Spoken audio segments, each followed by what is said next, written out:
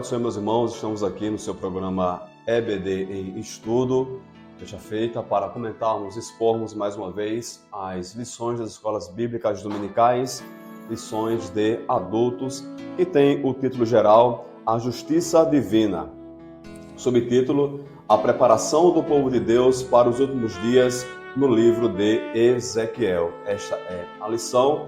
Meu amado, fique muito à vontade no seu programa, nesse programa que é feito por todos nós e para você, para a glória de Jesus, para criticar, para opinar, para participar conosco aqui.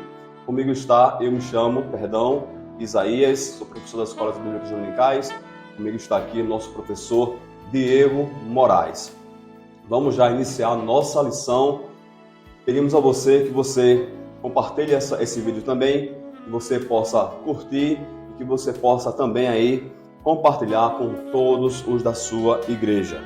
Meus irmãos, hoje, lição de número 12. Já estamos chegando ao fim da nossa lição. Hoje a lição de número 12, que tem um título que diz assim: Imersos no Espírito nos últimos dias. Nosso texto áureo está lá em João 7:38, que diz assim: Quem crê em mim, como diz a Escritura, rios de água viva correrão do seu ventre. Verdade prática, o rio da vida, que representa o fluir do Espírito Santo, passa no meio do povo de Deus. A leitura bíblica em classe, meu querido professor, que é necessário que você faça ela na íntegra na sua sala, porque ela é a grande base de toda a lição. Está lá no livro do profeta Ezequiel, tá? Que é o livro aqui, objeto do estudo da nossa lição, capítulo 47, de 1 ao 12. Então faça essa leitura com seus alunos, é muito importante. Já entrando aqui, meus irmãos, na nossa introdução, ela diz assim: essa primeira parte do capítulo 47 é a continuação da visão do templo de Ezequiel. Está lá no capítulo 40, 1 e 2. A primeira parte, no versículo 1 e 6, se concentra nas águas que fluem debaixo do umbral do templo. E à medida que essas águas sanadoras vão fertilizando as áreas estéreis do Vale do Mar Morto, segue aumentando o seu volume até tornar um rio caudaloso. A segunda parte, do versículo 7 ao 12, descreve o efeito milagroso dessas águas, trazendo vida ao Mar Morto e a toda a região de Arabá. Região de Arabá, onde se localiza ali próximo ao Mar Morto, ok? A presente lição foca os aspectos escatológicos, ou seja, que ainda irão acontecer, certo? Escatologia é a matéria dos atos ou dos acontecimentos que ainda irão acontecer, ok? E mostra as implicações pneumatológicas da profecia, ou seja, o Espírito Santo de Deus no contexto. Pneumologia, tá? É o estudo do Espírito Santo, certo? Vamos lá. E o contexto geológico do Vale do Mar Morto. Então, meus irmãos, nosso comentarista aqui, ele diz que, na nossa introdução, mostra esses dois aspectos, ok? Nesses primeiros versículos do capítulo 47. A questão da fluidez da água, tá? No primeiro momento, e também o efeito dessas águas no segundo momento, simbolizando aqui a unção, simbolizando aqui o poder do Espírito Santo. Então, meus irmãos, já conseguimos aqui entender o caráter futurista da profecia do nosso capítulo, que traz o capítulo 47 do nosso profeta Ezequiel, Diego. Exatamente. E assim chegamos ao primeiro tópico, em que o título é sobre o aspecto escatológico. Nós vemos a visão do profeta, descrita de forma panorâmica pelo nosso irmão Isaías, e agora nós vamos passar por alguns aspectos específicos dessa visão. O primeiro ponto específico dessa visão é a nascente do rio. Aqui o comentarista vai falar sobre essa que é a principal figura dessa visão, mas há também aí, citado pelo profeta, o templo, né? E ele faz isso ao citar o umbral da casa. É muito importante nós sabermos que nessa visão, essa referência aponta para o templo do Senhor. É também importante saber que o templo daqueles dias, o templo de Salomão, né, viria a ser destruído, o templo dos dias de Jesus também. Então, estamos falando do mesmo templo de que fala o profeta Joel, ou seja, o terceiro templo, o templo da restauração de Israel, que vem acontecer no momento da restauração do povo de Israel. Faço questão de ler Joel, capítulo 3, versículo 18, onde nós vamos ver isso. E acontecerá que, naquele dia, os montes destilarão vinho, e as colinas manarão leite, e todos os rios de Judá estarão cheios de água. Uma fonte sairá da casa do Senhor e regará o vale de Sitim.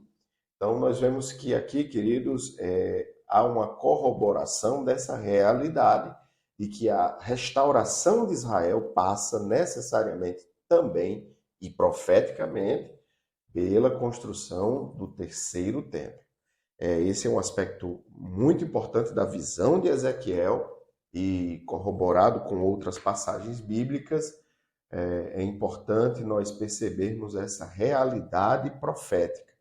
Veja, no Antigo Testamento, o templo tem esse papel escatológico, sim, corroborado também pelo Novo Testamento. É Paulo quem diz que o anticristo se sentaria no templo de Deus, querendo parecer Deus. E ele se referia ao templo, que ainda não havia sido destruído. Isso é importante porque monta o cenário escatológico em que figura o templo como parte da restauração de Israel, também descrita de forma espiritual nessa visão. Irmão Isaías. Amém, meus irmãos, né? Vale destacar aqui, meu querido professor, a visão futurista, ou método futurista que o nosso autor da lição, ele usa na interpretação da profecia do profeta Ezequiel, tá? Ok?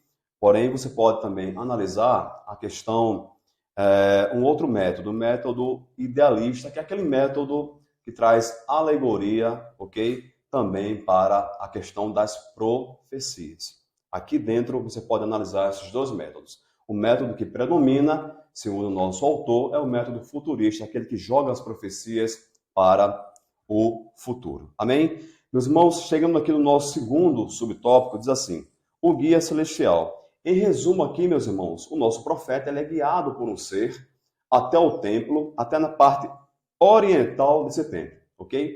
Leva ele a ter toda aquela visão do templo e o leva e o conduz para a parte oriental do templo. Por quê? Porque essa porta, nessa visão, né, saiba, a visão de um templo futuro, algo escatológico. Essa porta aqui estava fechada aqui nesse templo, certo? Coisa que não acontecia dentro nos dois templos anteriores, Salomão e também no templo de Jesus, tá?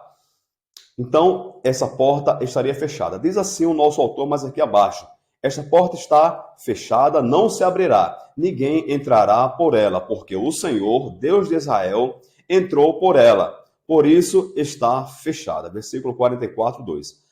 No período, como já mencionei, dos dois tempos anteriores, essa porta nunca esteve trancada. Então, isso nos diz, meus irmãos, de um templo futuro, de um templo em que o próprio Deus lá, ele vai ter ali as conduções, o controle desse próprio templo. Então, essa porta estará fechada, traz essa questão toda, ok? Que não é algo que já foi vivenciado aqui na Terra.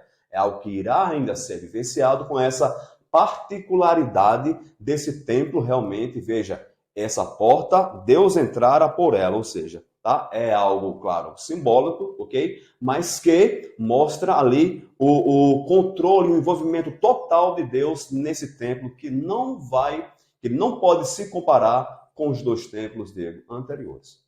Exatamente. E no terceiro ponto, aqui da nossa lição, nós vamos ver esses novos frutos após a água, o templo, a água. Nós temos também essa figura das árvores agora restauradas, produzindo bons frutos. É claro, queridos, que aqui estamos diante de uma revelação profética da restauração. Ezequiel é levado após ter sido portador da mensagem de juízo, ter visto a destruição pelo cativeiro para a Babilônia de Israel, o sofrimento, as perseguições. A ele também são apresentadas promessas de um tempo vindouro de restauração. Lembre-se que nas lições anteriores nós vimos a restauração de Israel é para nós também um marco profético. Lembre-se que a nação voltou a ser nação em um dia, e isso é o cumprimento de uma profecia bíblica. Essa mesma restauração agora também é tratada profeticamente por Ezequiel. Esses novos frutos se referem a um momento profético após a restauração. Veja a construção lógica, queridos, da visão. O templo do Senhor, as águas que manavam dele, falando de um momento de restauração espiritual. Muitas vezes as águas são comparadas ao Espírito Santo, isso nós vamos ver no tópico seguinte, como a simbologia apontava para isso, né? E aqui nós vemos esse momento de restauração, de cura, né, representado pelas árvores agora produzindo bons frutos. É importante lembrar, e esse é um aspecto caro para nós, está incluído na nossa declaração de fé, a Assembleia de Deus crê que são dois momentos distintos de restauração: o milênio e o mundo vindouro. Teologicamente, nós vemos dois momentos distintos. O milênio com o reinado de Cristo e, após o milênio, esse mundo vindouro agora restaurado, novos céus, nova terra, como é descrito em Apocalipse. Mas aqui é importante nós fazermos essa separação e observarmos que nós cremos em um momento de restauração já no milênio, debaixo do governo do Messias, o nosso Senhor Jesus Cristo. Amém, meus irmãos. Meus queridos, vamos continuar aqui a nossa lição. Chegamos no tópico de número 2, que diz assim: sobre a implicação pneumatológica. Falamos na introdução que ele faz essa separação em dois aspectos sobre os versículos que estamos aqui tratando, ok? Trata primeiramente a questão do templo, das águas da visão e sobre os aspectos mesmo da implicação pneumatológica da visão, ou seja, da ação do Espírito Santo nesta visão, meus irmãos. Então, no primeiro momento, aquele ser leva o profeta a entrar nas águas, ele vai de água que se dá do tornozelo até ele não conseguir mais atravessar andando essas águas, tanto que ele tem que ir a nado. Isso mostra a questão de continuidade, meus irmãos, dessa operação, do início até uma finalização em que vai realmente estar acima, meus irmãos, de tudo aquilo que nós podemos imaginar. Isso demonstra, sim, a operação do Espírito Santo de Deus, águas cobrindo, ok? Toda aquela face de terra onde o nosso profeta foi levado, e cobrindo de uma tal maneira que ele não poderia mais andar. Estava realmente ficou submerso e teve que atravessar a nado. Meus irmãos, aqui abaixo, mas diz assim: era necessário que Ezequiel visse a extensão e a profundidade do ribeiro para conhecer a fonte de todos esses milagres, ok? A experiência da imersão do profeta nas águas tem implicações teológicas profundas, meus irmãos. E aqui, a principal implicação que, pelo menos, nós entendemos, tá? É a implicação teológica sobre a soteriologia, que é a doutrina da salvação. A operação da água aqui, meus irmãos, nos mostra a operação do Espírito Santo em relação à salvação de todo o homem, ok? Veja aqui a questão idealista da interpretação aqui da profecia de Ezequiel nesse capítulo, ok? Traz essa grande simbologia, meus irmãos, tá? A água do Espírito Santo, de maneira iniciando rasa e gradativamente aumentando, cobrindo toda aquela face, nos diz em relação à salvação para todo aquele que crê. Então, cobrindo de uma forma tão extensa que vai, meus irmãos, alcançar pessoas e alcança pessoas de toda raça, tribo, língua e nação, para todo aquele que crê. Essa é a operação das águas do Espírito Santo. Água que traz renovo, água que traz restauração, água que traz salvação, aqui em primeiro momento, Diego Moraes. Exatamente, irmão Isaías. E no segundo ponto desse segundo tópico, nós vamos ver o Espírito Santo. Estamos falando de pneumatologia, estamos falando do ruar, o Espírito, né, o sopro, e representado, né, ali pelo sopro de Deus. E o profeta chama atenção para essa evolução gradual dessa visão. Nós vemos que a água estava no nível do tornozelo, depois subiu um pouco mais até os lombos e depois só a nado. É uma gradualidade, não é? À medida que ele ia avançando. Mas se nós observarmos a visão, nós vamos ver que é uma gradualidade lenta. Sabe? Sim. Imagine entrar numa lagoa 500 metros até que a água saia dos tornozelos e suba até um pouco ali das canelas. É muito, né? Muito. É uma gradualidade lenta, progressiva, mas acaba fazendo com que o profeta chegue a um ponto e perceber que só dá para avançar a nado, ou seja, perder o pé. Uhum. Ele perdeu o pé. Aqui no Nordeste, não sei se essa é uma expressão nacional, né? Uhum. Mas perdeu o pé da água, que já não alcançava mais o fundo. É impossível olhar para essa visão e não associar ao que Jesus falou. O comentarista fala de passagens lá em João 4,14, e nós vemos naquele diálogo com as mulheres samaritanas surgir o seguinte ensinamento bíblico: aqueles que tomassem da água que Jesus ofereceria ou estava oferecendo, rios de água viva fluiriam de dentro dele. Isso é obviamente uma referência ao Espírito Santo de Deus, com o ministério redentor de Cristo, sua morte. Ocorreu isso, queridos. Recebemos o privilégio de agora termos o Espírito Santo e experimentarmos essa realidade espiritual, onde rios de água viva, provendo do Espírito Santo, não nos deixa ter sede espiritual. Que maravilha! Então, espiritualmente, aponta-se aqui para a mesma realidade, de gradualmente a presença de Deus ir tomando os quatro cantos da terra. É preciso lembrar que profeticamente está dito nas Escrituras que o conhecimento de Deus, a glória de Deus encheria toda a terra.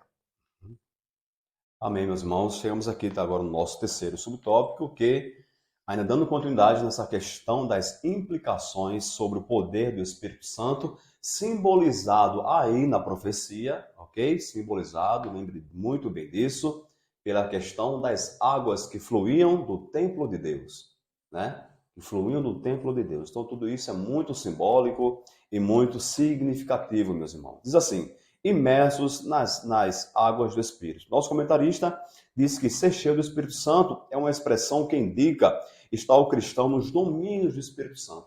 Exatamente.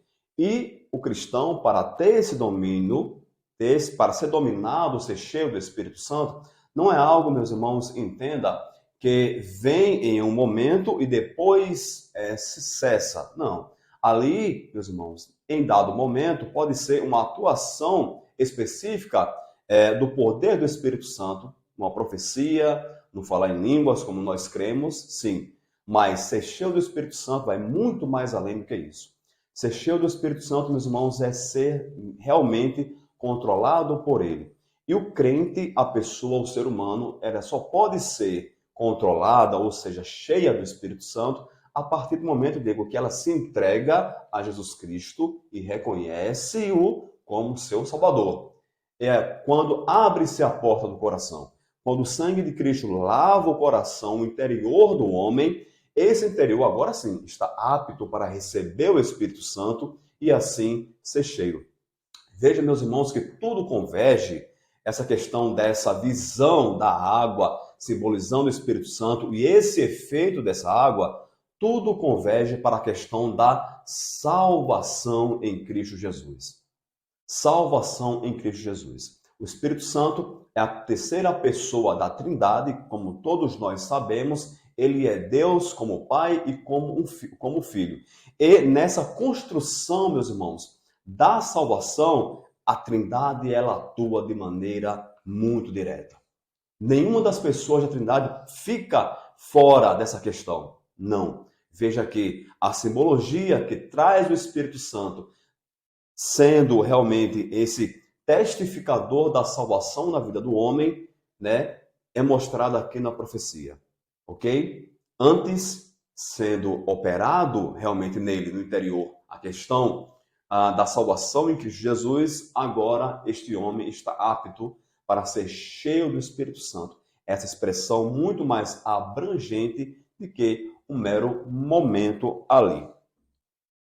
Exatamente. E aqui no terceiro ponto, no terceiro tópico da nossa lição, nós vamos ver o contexto geológico do Vale do Mar Morto.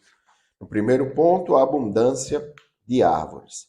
É preciso reforçar a realidade geológica ou geográfica dos dias de Ezequiel e até poucos dias também. Por que falamos assim?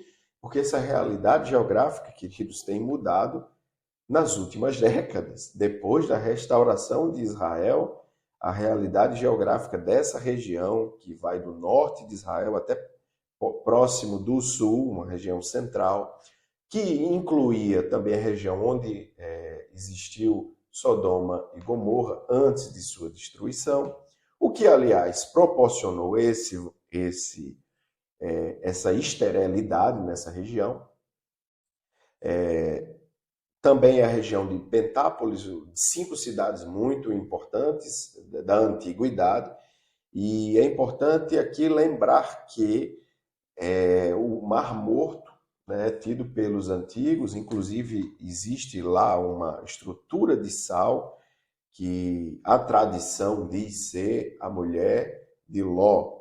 E essa região é estéril desde a antiguidade. Essa realidade, queridos, está mudando nos nossos dias. Olha que coisa gloriosa. Depois de séculos, ou melhor, milênios, agora o Mar Morto volta a ter vida, irmão Isaías. E isso não aconteceu há 500 anos atrás, isso está acontecendo agora. Agora. E eu vi recentemente um documentário sobre o retorno da vida ao Mar Morto. Regiões periféricas do Mar Morto, onde tem pequenos lagos, já contendo vida. E assim nós vemos diante dos nossos olhos se cumprir as profecias da Bíblia Sagrada. Verdadeiramente, aquela palavra nos diz: passarão os céus e a terra, mas as minhas palavras não hão de passar. Amém, meus irmãos. Isso é glorioso, né? Estamos aí contemplando realmente o cumprimento de muitas profecias. Só não vê quem não quer, né, David? Vamos lá. Ou quem tenha seus olhos fendados, né, pela ação aí do nosso inimigo. Mas que pela operação do Espírito Santo, a salvação, essas fendas são caídas da visão do homem. Amém? Diz assim o nosso terceiro subtópico, meus queridos irmãos, já chegando aqui no final, Diego, da nossa lição. Lição essa muito importante, né, para os nossos dias. Exatamente. Diz assim, vida no Mar Morto. Então, meus irmãos, como foi visto na lição, tá? Essas águas, tá? Que começava ali com o profeta ainda no tornozelo, que ia subindo, subindo, até chegar a ele ficar submerso, que não podia mais ficar em pé, perdia realmente o pé, dele, ali. Então ele tinha que nadar. Essas águas também, elas desaguavam, meus irmãos, agora no Mar Morto.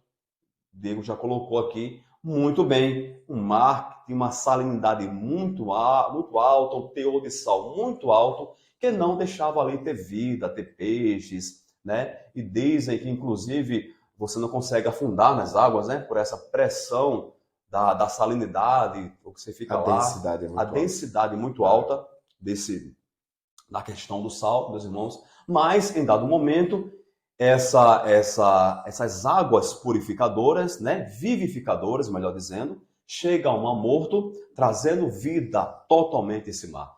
E trazendo espécie de peixes que só existia nos grandes mares, em que os pescadores ficarão, né, ou ficariam, muito admirados com aquela pesca, com aquela vida que agora tinha nesse mar, que outrora não existia alguma, meus irmãos. Isso é a visão de algo que entende o nosso comentarista como literal. Vai acontecer futuramente na questão do advento, do milênio. Veja aqui, meus irmãos, a visão pré-milenista do nosso autor. É também a visão que nós comungamos aqui, ok? Meus irmãos, então, o que acontece? Essa visão literal dessas águas chegando até o Mar Morto, vivificando todas aquelas águas daquele mar. Mas também, meus irmãos, nós temos uma visão aqui simbólica disso, que mostra que essas águas, meus irmãos, por mais que morto seja o pecador, ela também traz vida para ele. A ação do Espírito Santo. Veja que estamos falando da ação realmente das águas simbolizadas, do Espírito Santo, simbolizada aqui pelas águas que saem do templo.